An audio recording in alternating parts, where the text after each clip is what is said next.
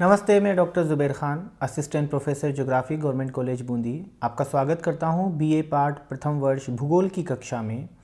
इस कक्षा में हम भूगोल के द्वितीय प्रश्न पत्र पर्यावरण भूगोल का अध्ययन करते हैं। वायु प्रदूषण का अगला कारण है कृषि कार्य। आधुनिक कृषि कार्यों द्वारा भी वायु प्रदूषण होता है। इसका प्रमुख कारण कीटनाशकों, जिसे हम पेस्टिसाइड्स भी कहते हैं, का बढ़ता प्रयोग है। जैसा कि हम जानते हैं, वर्तमान समय में फसलों को कीटों से बचाने के लिए कीटनाशकों का प्रयोग बहुतायत में किया जा रहा है।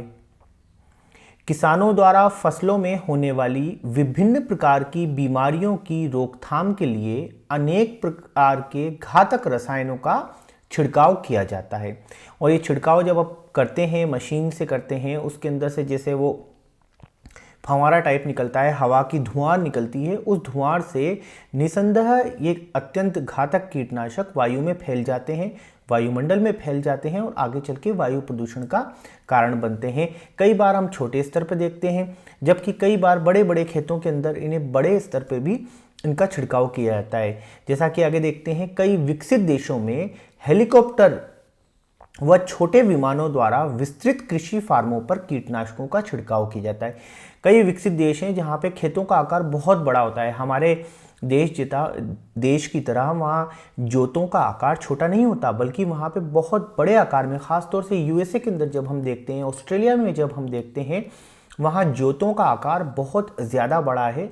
वहाँ पे खेती बहुत बड़े खेतों में की जाती है, तो कीटनाशकों का छिड़काव वहाँ हेलीकॉप्टर्स द्वारा व छोटे वायुयानों द्वारा किया जाता है। और जब इस स्तर पर छिड़काव किया जाता है, क्योंकि वायुयान जब वायु में ऊंचाई पे उड़ते हैं, वहाँ से वो छिड़काव करते हैं, तो वायुमंडल में दूर तक इस प्रकार के कीटनाशक पहुँच जाते हैं और बड़े स्तर पर वायु प्रदूषण का वो कारण बनते हैं।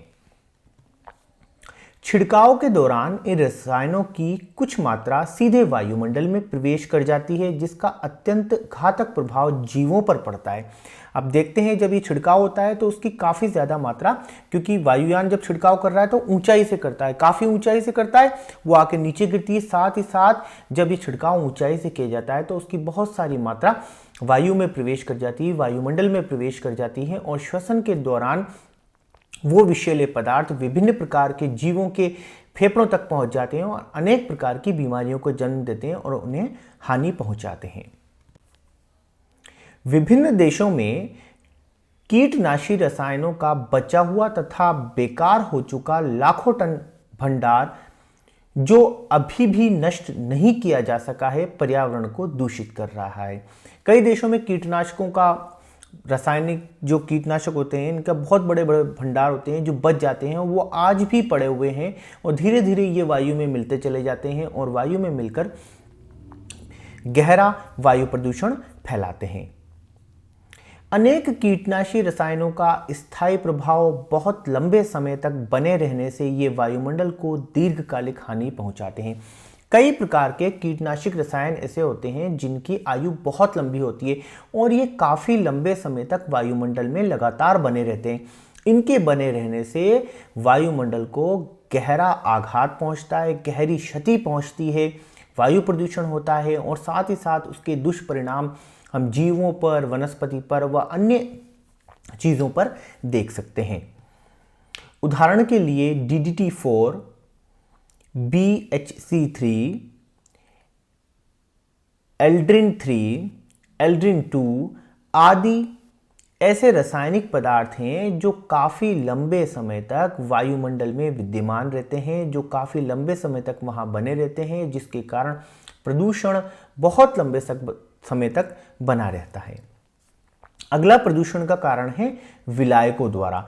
विलायकों से तात्पर्य है ऐसे रसायनों से, ऐसे तरल पदार्थों से जिसके अंदर दूसरे तत्व घुल जाते हैं, उन्हें हम विलायक कहते हैं। खास तौर से विलायकों को उपयोग पेंटिंग उद्योग में, स्प्रे पेंटिंग उद्योग में किया जाता है। आपने देखा होगा, स्प्रे पेंटिंग उद्योग के अंदर मशीन के द्वारा पेंट किया जाता है और उस मशीन के अंदर पेंट बनाने के लिए विलायक का प्रयोग किया जाता है, जिसे कई बार स्प्रिट या ईथर के नाम से जाना जाता है। उसका प्रयोग किया जाता है क्योंकि वहाँ पर रंग सूखा होता है। उस सूखे रंग को इस विलायक में मिलाकर वहाँ एक तरल पदार्थ के रूप में उसे बना लिया जाता है और फिर इस तरल पदार्थ को मशीन में भर लिया जाता है और मशीन द्वारा उसको स्प्रे किया जाता है। स्प्रे पेंट के साथ रंग तो जिसके ऊपर स्प्रे करते हैं उसके ऊपर चिपक जाता है, पर स्प्रे के अंदर ये जो विलायक होते हैं ये वायुमंडल में मुक्त हो जाते हैं और बहुत ही बड़े स्तर पर आसपास के क्षेत्रों में ये वायु प्रदूषण को जन्म देते हैं। कुछ पदार्थों की भौतिक दशा में परिवर्तन होने, जैसे द्रव से गैस बनना, से वायु प्रदूषित होती है। अनेक रसायन ऐसे होते हैं जो अधिक तापमान पर अथवा नमी या वायु के संपर्क में आने पर वाष्पित होने लगते हैं तथा वायुमंडल में फैलकर प्रदूषण का कारण बनते हैं। रसायनशालाओं तथा उद्योगों में प्रयुक्त किए जाने वाले अनेक विलायक प्रदूषण का कारण होते हैं। रसायनों से संबंधित कुछ उद्योगों जैसे रबड़, पेंट, प्लास्टिक आदि के निर्माण की प्रक्रिया में कुछ उप उत्पाद निकलते हैं जिनके वाष्पन से वायु प्रदूषण होता है। अब आप देखते हैं कई रासायनिक प्रयोगशालाएं होती हैं, कई उद्योग होती हैं, उनमें जब कई प्रकार के उत्पादों का उत्पादन किया जाता है तो अंतिम उत्पाद के साथ साथ कुछ उप उत्पाद भी निकलते हैं और ये उत्पाद ऐसे होते हैं जो बाद में पड़े पड़े जिनका वाष्पन हो जाता है, अर्थात वो वाष्प बनकर वायुमंडल में पहुंच जाते हैं और वायुमंडल में पहुंचकर ये वायु के संतुलन को बिगाड़ देते हैं। आप जानते हैं कि वायु विभिन्न प्रकार की गैसों का मिश्रण होता है और इस वायु के अंदर हर एक गैस की एक निश्चित मात्रा होती है। जब कभी भी इनमें से किसी भी गैस की निश्चित मात्रा में कमी या वृद्धि होती है तो वायु का संतुलन बिगड़ जाता है और इस बिगड़े हुए वायु के संतुलन को ही हम वायु प्रदूषण के नाम से जानते हैं। जब कभी भी इस प्रकार के उप उत्पादों से वाष्पन क्रिया होती है, अर्थात विभिन्न प्रकार की गैसें निकलकर वायुमंडल में पहुंचती है, तो वो आगे पीछे वायु का संतुलन बिगाड़ देती हैं और बिगाड़ने के कारण वायु प्रदूषण को जन्म देती हैं। फर्नीचर उद्योग, ऑटोमोबाइल उद्योग तथा अन्य उपकरणों पर स्प्रे पेंटिंग व पॉलिश के लिए जिन विलायकों का प्रयोग किया जाता है उनमें हाइड्रोकार्बन्स होते हैं जो वायु को प्रदूषित करते हैं। जैसा कि मैंने अभी इस वीडियो की शुरुआत में, अभी कुछ स्लाइड की शुरुआत में आपको बताया था कि स्प्रे पेंट का प्रयोग जब हमें किया जाता है तो स्प्रे पेंट में जो तरल पदार्थ उस रंग को घोलने के लिए काम में लाया जाता है, जिसे हम स्प्रिट के नाम से या ईथर के नाम से जानते हैं, वो हाइड्रोकार्बन्स के रूप में होता है। ये इनका रासायनिक नाम है और हाइड्रोकार्बन्स वायु में मिलकर वायु प्रदूषण फैलाते हैं क्योंकि ये भी अपने आप में गैस के रूप में होते हैं और आपको पता ही है जब वायु में का गैस का रासायनिक संतुलन बिगड़ता है तो वो वायु प्रदूषण कहलाता है। वायु प्रदूषण का अगला कारण है खनन। खनन गतिविधियों से, खनन क्रियाओं से भी वायु प्रदूषण होता है। देखते हैं खनन किस प्रकार से वायु को प्रदूषित करता है। खनन गतिविधियों के कारण भी वायु प्रदूषण फैलता है। विभिन्न खनिजों के उत्खनन से उत्पन्न महीन कण वायुमंडल में मिल जाते हैं। जब आप ये देखते हैं खनन किया जाता है, अब खनन से तात्पर्य जहां शब्द का उपयोग किया गया है उत्खनन, उत्खनन से यह तात्पर्य होता है कि जमीन को खोदकर, धरती को खोदकर जब उसमें से कुछ तत्व निकाले जाते हैं तो ऐसी क्रिया को उत्खनन कहा जाता है। और जब उसे खोदा जाता है तो भूमि के ऊपर की जो ढीली पड़ी हुई मिट्टी होती है उसके कुछ बारीक व महीन कण होते हैं, वो धूल के रूप में वायुमंडल में मिल जाते हैं। वायुमंडल में मिलकर वायु का रासायनिक संतुलन बिगाड़ जाते हैं, वायु की जो संतुलित अवस्था है उसे बिगाड़ देते हैं और वायु प्रदूषण को जन्म देते हैं। खनन स्थलों के निकटवर्ती भागों में के वायुमंडल में इन खनिज कणों की मात्रा बहुत अधिक पाई जाती है। जहां पर भी खनन किया जाता है, खनन कार्य किए जाते हैं, वहां पे आप देख सकते हैं उसके आसपास के वायुमंडल में इस प्रकार के महीन कणों की बहुत ज्यादा मात्रा पाई जाती है खनन क्षेत्र के आसपास के वायुमंडल में। खुली खनन पद्धति से वायु प्रदूषण अधिक होता है। खनन की जड़ाई, ऊपरी परत को हटाना। खनन की जड़ाई से क्या मतलब है? ऊपरी परत को हटाना। खुरचाई, चिराई, घिसाई आदि क्रियाओं में निकलने वाले धूल कण वायुमंडल में मिलते रहते हैं। अब जब खुली खनन प्रणाली होती है, अर्थात जिन खुले क्षेत्रों के अंदर जब खनन किया जाता है वो ढके हुए नहीं होते हैं, वो चारों ओर से आवरण युक्त नहीं होते हैं, तो ऐसी स्थिति में खनन कार्य में जो भी धूल निकलती है, धूल के कण निकलते हैं, वो सीधे वायुमंडल में पहुंचते हैं और वायु प्रदूषण को जन्म देते हैं।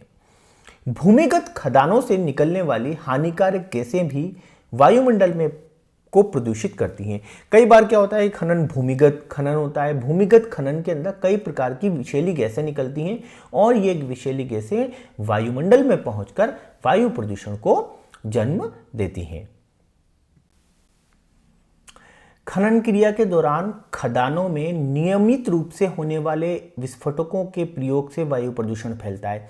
कई बार खनन में आप देख सकते होंगे, कई बार जब पत्थर का खनन किया जाता है तो खनन क्षेत्रों के अंदर बड़े बड़े पत्थरों को वहां से तोड़कर हटाया जाता है और इन पत्थरों को तोड़ने के लिए वहां पर विस्फोटकों का प्रयोग किया जाता है, जिन्हें हम आसान भाषा में डायनामाइट के नाम से जानते हैं। इन्हें बड़ी बड़ी चट्टानों के अंदर, ठोस चट्टानों के अंदर छेद करके डाल दिया जाता है और बाद में फिर इनमें विस्फोट किया जाता है। जब इनमें विस्फोट किया जाता है तो बारीक बारीक धूल के कणों के साथ साथ कई बड़े बड़े विशाल आकार की चट्टानें भी उछलकर काफ़ी दूर तक जाके गिरती हैं। इनमें से जो महीन कण होते हैं वो बहुत दूर तक वायुमंडल में पहुंचते हैं और पहुंचने के बाद वो वायु प्रदूषण को जन्म देते हैं।